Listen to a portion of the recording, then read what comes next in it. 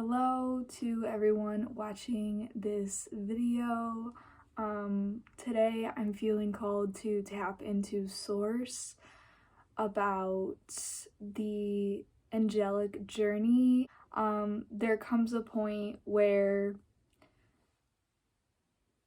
levels of spiritual consciousness align with a higher part of your being, and this is our godly selves. When we discover this, we also discover that there is a difference in feeling between an angel and our God selves. And our God selves are the transcendent of time, where our angel selves are present in time.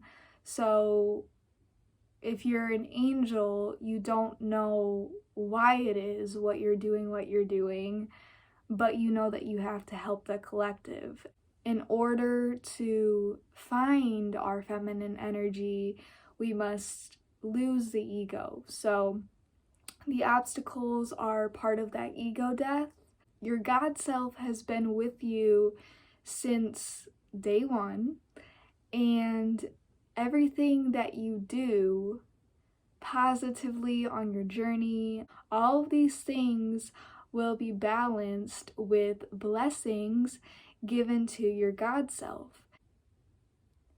And your God self will guide you to wherever you need to go to receive your blessings. So it is a new, beautiful journey to be on. When you're in the midst of aligning these energies, you are also on a conscious self-developmental path. And this is the path of truly knowing the self. And with this, you also attract things that are meant to show you your true self.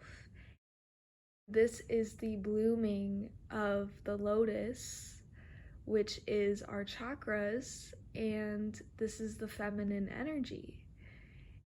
Some things that you may experience are not as many people need you.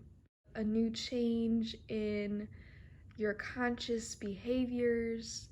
You may just want to redo who you are. You are integrating these energies so that they can be healed. And this healing taking place is the chakras opening. And I'm going to leave some very transformative, life-changing links in the comments. They're about chakras, and a lot of people think they know about chakras, but it takes years of studying, not only in books, but in the self, to really understand them. And the person I have linked in the comments has studied this for over 10 years, so I really do trust his work. It's okay to shed a part of you to embrace another part of you. Embrace this new way of life, which is the godly journey.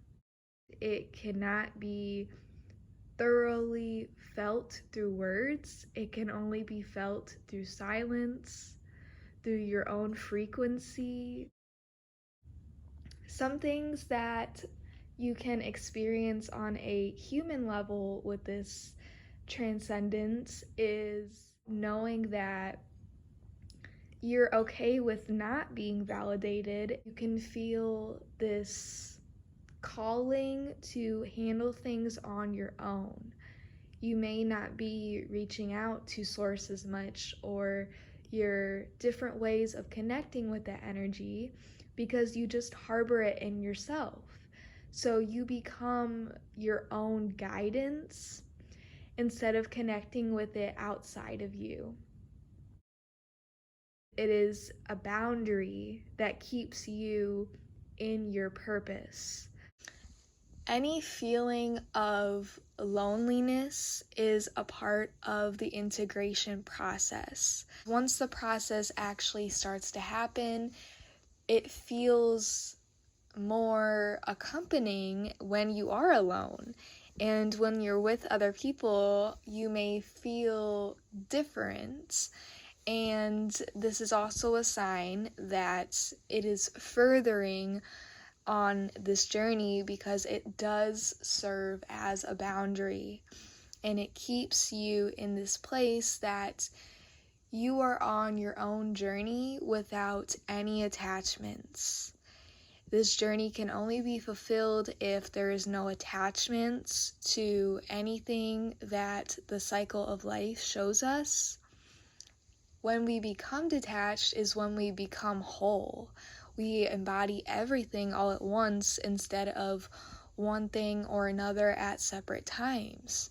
So you may lose attachments to a style or friends or a way of music or meditating. That all these detachments are a part of the process.